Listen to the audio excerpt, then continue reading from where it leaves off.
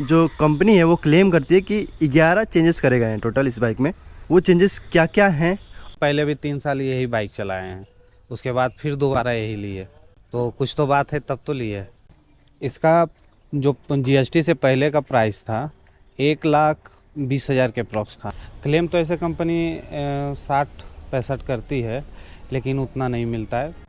तो इस सर्विस में जो है कोई भी ऐसे बाइक ले के चलिए तो उस सब से थोड़ा सा ज़्यादा है सर्विस चार्ज इसका।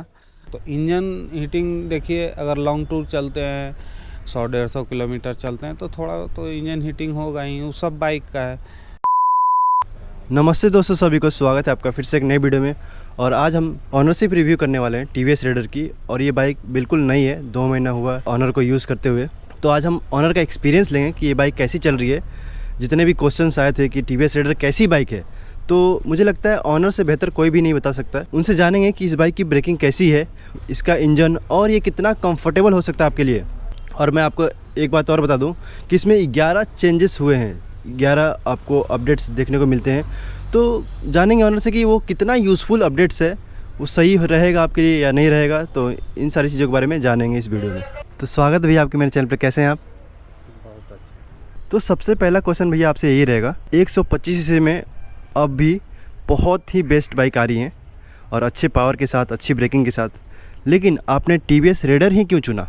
कौन सा बाइक है जो अच्छे ब्रेकिंग और पावर के साथ है 125 सीसी में? इसके अलावा अभी कोई नहीं है।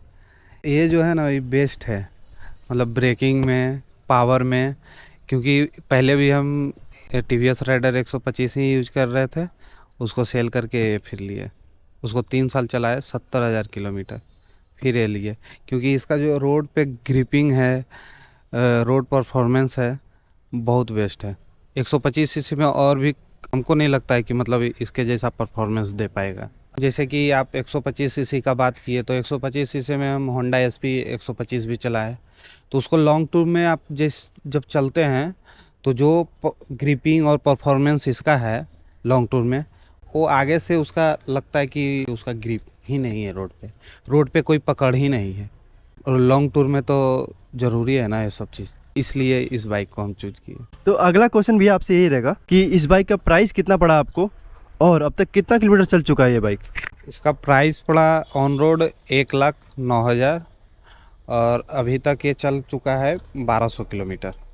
अगला क्वेश्चन आपसे ये रहेगा कि न्यू जीएसटी रूल के हिसाब से आपको कितना कम प्राइस पड़ गया इसका, और वो आपके लिए कितना लाभदायक हुआ, ये बताइए आप। इसका जो जीएसटी से पहले का प्राइस था 1,20,000 के अप्रॉक्स था, और जीएसटी जब कम हुआ तो प्राइस रिड्यूस होके हो गया, मतलब 1,09,000, वही 10,000 11,000 के अप्रॉक्स आपको डिस्काउंट मिल गया वहाँ। तो समझ लीजिए कि फ़ायदा ही है। और एक जहाँ आप 125 सीसी का बाइक ले रहे हैं, वहाँ आपको 10,000 का डायरेक्ट डिस्काउंट मिल रहा है, और जीएसटी रिड्यूस होने के बाद और भी सारा धमाका सब शोरूम दे रहा था। अगला क्वेश्चन भी आपसे ये रहेगा कि इस बाइक की परफॉर्मेंस क्या रही है अब तक, आपका कैसा एक्सपीरियंस रहा है? आप बात कर रहे हैं इस गाड़ी का परफॉर्मेंस का, तो आपको पहले भी हम बताएं कि इसके पहले भी हम 3 साल टीवीएस राइडर ही चलाए हैं। तो रोड पर इसका जो परफॉर्मेंस है, इसका इंजन का, ब्रेकिंग सिस्टम का और भागने का, मतलब गजब। कोई भी जैसे 125 सीसी है उससे कंपेयर कीजिए तो ये आगे ही है सबसे। कोई भी हो, 125 में एसपी हो, एक्सट्रीम हो, वो सबसे बेहतर है। आप एक बार राइड करके देख लीजिए, जिनको भी लेना है एक बार टेस्ट राइड कर लेंगे, उनको पता चल जाएगा खुद। अगला क्वेश्चन भी आपसे ये रहेगा, इस बाइक की माइलेज कितनी है, चाहे वो आप हाईवे की बात करें या फिर आप पटना सिटी में चलते हैं, तो आपको सिटी में क्या माइलेज मिल जाता है? जहाँ तक आप माइलेज की बात कर रहे हैं, तो जैसे कि अगर हाईवे में चल रहे हैं और स्पीड लिमिट आपका अगर 60 65 70 तक है, तो इसका माइलेज आपको लगभग 50-55 मिल जाएगा। क्लेम तो ऐसे कंपनी 60-65 करती है, लेकिन उतना नहीं मिलता है, 50-55 मिल जाएगा। और अगर मार्केट का बात करें तो आपको मार्केट में भी 45 से 50 आपको उसके बीच में मिल जाएगा माइलेज। तो माइलेज एक स्टैंडर्ड माइलेज इसको कह सकते हैं। अगला क्वेश्चन भी आपसे ये रहेगा कि इस बाइक की कितनी सर्विस हो चुकी है और इसके सर्विस में कॉस्ट क्या आता है और इसका मैनेजमेंट कॉस्ट कितना है और सर्विस वालों का बिहेवियर कैसा रहता है। अभी तक जैसे कि ये गाड़ी 1200 किलोमीटर चल चुकी है, तो 750 किलोमीटर के बाद एक सर्विस हम करवाए हैं। हाँ, तो सर्विस चार्ज उसमें पहले आ जाता है आपको फर्स्ट सर्विस का 1200 से 1300 के अप्रॉक्स।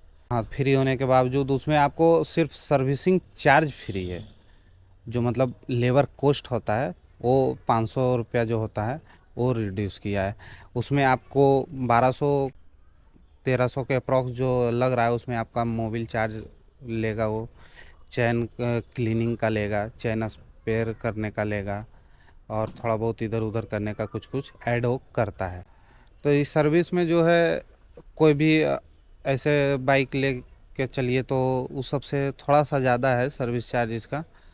सिर्फ उसका मैनेजमेंट जो उसका रहता है, नंबर लगाना ये सब, तो वो सब को थोड़ा सा आपको देख के चलना पड़ेगा, वहाँ मैनेज करना पड़ेगा। जो कंपनी है वो क्लेम करती है कि 11 चेंजेस करे गए हैं टोटल इस बाइक में। वो चेंजेस क्या क्या हैं और वो कितने यूज़फुल हैं आपके लिए, ये बताइए।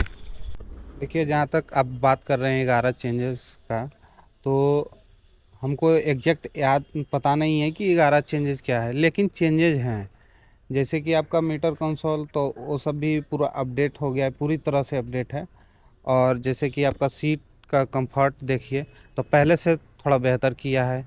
ब्रेकिंग सिस्टम इसका जो है वो पहले से बेहतर हुआ है, क्योंकि पहले थोड़ा सा लूज था, लेकिन अभी इसका जो अपडेट जो किया है उसमें ब्रेकिंग सिस्टम, ये सीट वगैरह हो गया, मीटर कंसोल हो गया, उसमें भी ऐड ऑन किया है, ब्लूटूथ ऐड ऑन कर दिया है, सारा चेंजिंग है। और थोड़ा सा ये कलर का भी है। अगला क्वेश्चन भी आपसे ये रहेगा कि अब तक इस बाइक से कितना लॉन्ग टूर कर चुके हैं आप और उसमें आपका एक्सपीरियंस क्या रहा है। अभी तक तो 2-3 लॉन्ग टूर कर चुके हैं हम, 150 किलोमीटर का। तो उसमें एक्सपीरियंस ओवरऑल यही है कि मतलब कंफर्ट मिलता है। और लॉन्ग टूर में चाहिए क्या, ब्रेकिंग सिस्टम चाहिए, क्योंकि वो हाईवे पे तो थोड़ा ब्रेक का काम आता ही है। तो ब्रेकिंग सिस्टम भी इसका थोड़ा सही है, तो वहाँ भी दिक्कत नहीं होता है हमको। माइलेज का भी रख लीजिए तो वो भी स्टैंडर्ड माइलेज है।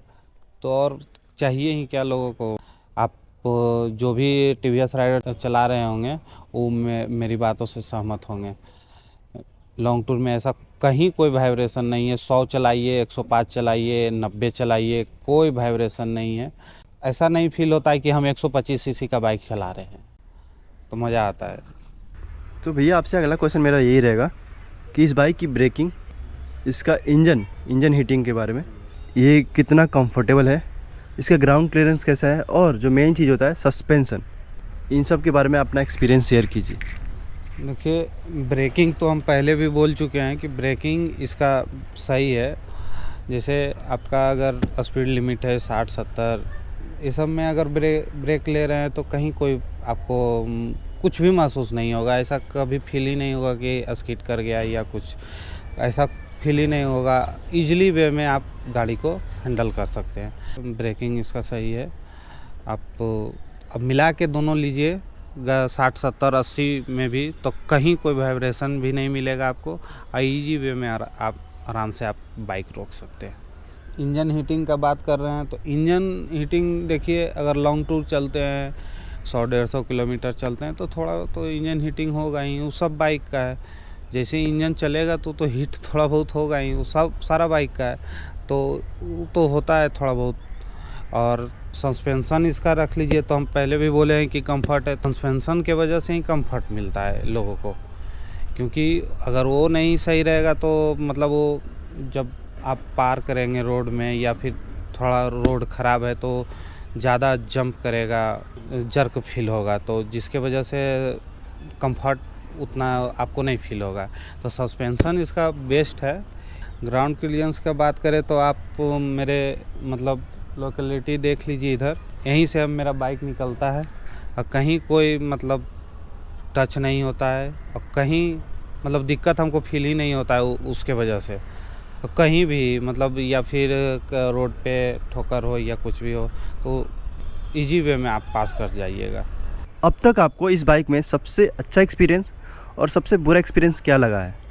ओवरऑल पूरा बाइक ही अच्छी है, मतलब सब चीज़ सही है इसका। हाँ, अगर कुछ चीज़ों को लेके बोल सकते हैं ऐसे, जैसे कि इंडिकेटर आपका हो गया, तो इंडिकेटर जो है एकदम स्ट्रेट है, उसको थोड़ा सा फ्लेक्सिबल बना सकता था। अब आप बोलेंगे कि इंडिकेटर से क्या मतलब है? इंडिकेटर आप से मतलब आपको वहाँ हो जाएगा जहाँ आप, जैसे कि हम पटना सिटी मार्केट में चलते हैं तो मतलब अक्सर जाम में ही मिलता है, तो वहाँ क्या है कि पीछे से भी बाइक सटा दिया, कभी सट के निकल गया, तो इंडिकेटर उसमें अगर स्ट्रेट है आपका तो टूटने का चांस रहता है। अब फ्लेक्सिबल रहता है तो थोड़ा बहुत इधर उधर होकर बच जाता है वो। तो भैया आपसे लास्ट क्वेश्चन मेरा यही रहेगा कि अगर 2025 में किसी को ये बाइक लेना हो तो क्या उन्हें इस बाइक पे जाना चाहिए और क्यों जाना चाहिए? एकदम जाना चाहिए, 100% जाना चाहिए इस बाइक पे आपको। जैसे कि पहले ही हम बता चुके हैं, कंफर्ट भी इसका सही है, ब्रेकिंग सिस्टम सही है, ये आप हीटिंग के बारे में पूछे तो सब भी, और नए नए सारे बहुत कुछ अपडेट कर दिया है, तो क्यों नहीं लेगा, मतलब सब यूजफुल अपडेट है। तो एकदम मतलब आप जा सकते हैं, टीवीएस राइडर को 2025 में आराम से एकदम परचेज कीजिए, कोई दिक्कत नहीं है। और जो लोग अपाची जिनको महंगा लग रहा है कि नहीं वो महंगा है, आप टीवीएस राइडर लीजिए, आपको वही फील मिलेगा। ओवरऑल देखिए तो हमको बहुत पसंद है ये बाइक, और आप लोग अपना टेस्ट राइड करके जैसे भी हो आप देख लीजिए, उसके बाद आप परचेज़ कीजिए, अगर परचेज़ करने का वैसा कुछ मन है तो। क्योंकि हम पहले भी 3 साल यही बाइक चलाए हैं, उसके बाद फिर दोबारा यही लिए, तो कुछ तो बात है तब तो लिए। थैंक यू सो मच भैया इतना अच्छा एक्सपीरियंस शेयर करने के लिए। तो यही था आज का रिव्यू, देख लो। और ये जो कलर है ना, पर्सनली मुझे बहुत अच्छी लगती है, ब्लैक कलर है। तो मिलते हैं आपको नेक्स्ट वीडियो में, तब तक के लिए tata bye bye, take care.